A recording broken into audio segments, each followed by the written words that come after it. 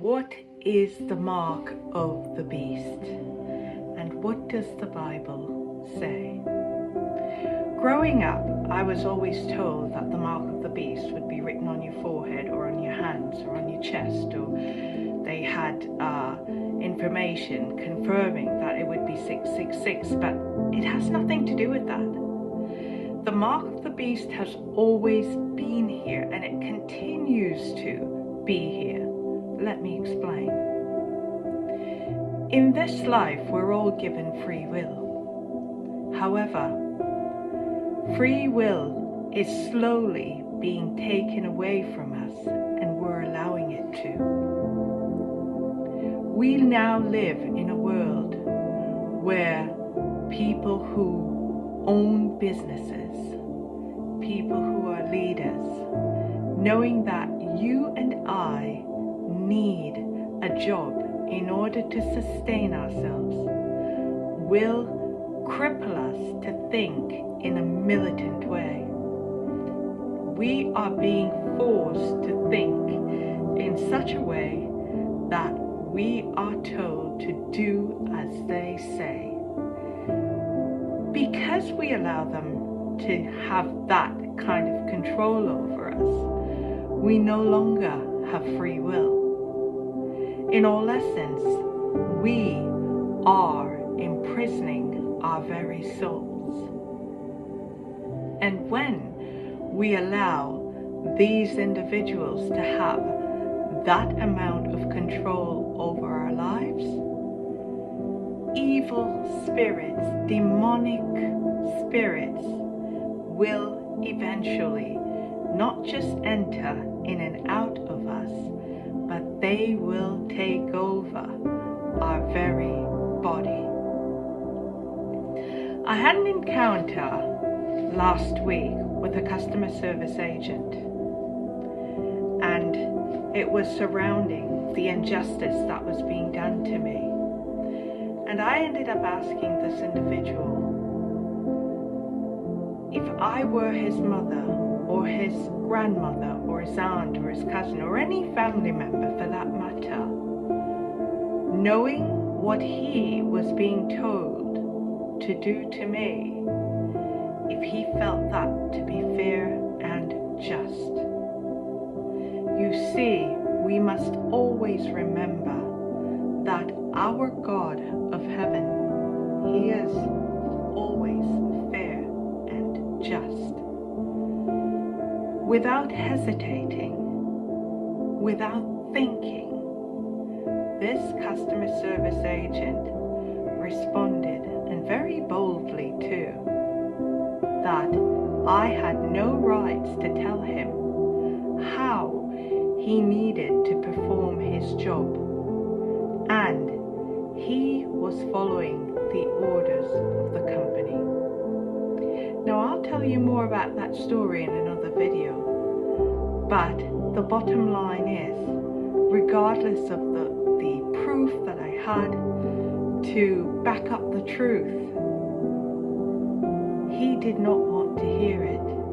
He did not want to acknowledge it, because he was doing his job. He was being told what to say, how to say it, and what to do. Now I remind you, in this world, whether we sow good seeds or we sow seeds of negativity, we will all reap what we've sown. It is important to make sure that we're not just doing what we're being told, but that we're thinking outside the box and always doing the right thing. My mom would often say, there are two things in this law when it comes to nature that we must obey. One, put God first in all that you do at all times. And two, make sure without the shadow of a doubt that you do the right thing, even if it costs you what you know is right. right is important.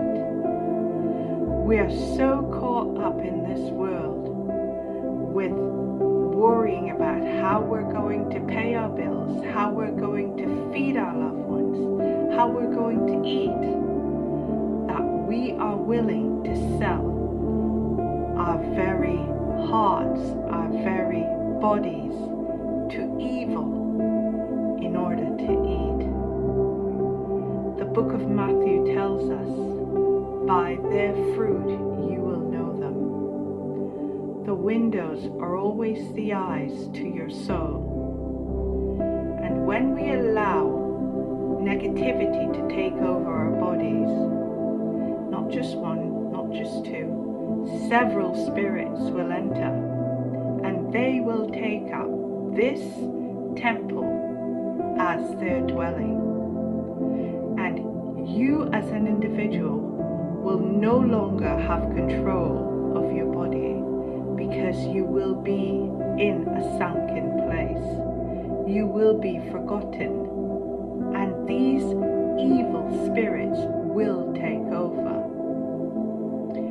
We are running out of time. You all have a part to play in this life. It is time that we remember who we are and stand up for what we know and believe to be right. Do the right thing no matter what it costs, because in the end we all serve a God that is fair and just, and no matter what evil may come up against you, God will always be there to redeem and to deliver you. It is written, no weapons formed against me shall prosper. So it doesn't mean that people are never going to try to harm or to hurt or to put you in the mindset where you will start to think negatively. But on all things, when they do happen, maintain who you are. Stand up for what is right. Even if you've done something wrong, acknowledge your wrongdoing and ask for forgiveness, and make an effort to do the right thing. If you have been right from the get-go, no matter the injustice that may come up against you, make sure you go on your hands and knees and pray to the God of heaven, and I know He will deliver you. Think nothing of the evil that is going on around you. The Psalms tell us that He will give His angels charge over you to keep you in all your ways, and they will bear you up in their hands.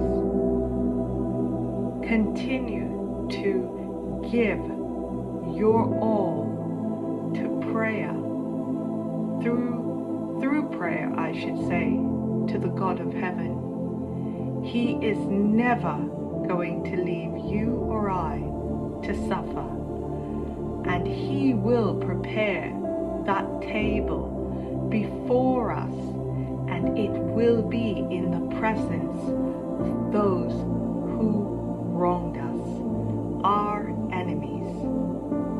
Continue to do the right thing. Stand up for what you know is right, because it's the only way we will be able to escape the mark of the beast. I hope that this message meets and greets the ones that need it the most. We'll talk again soon.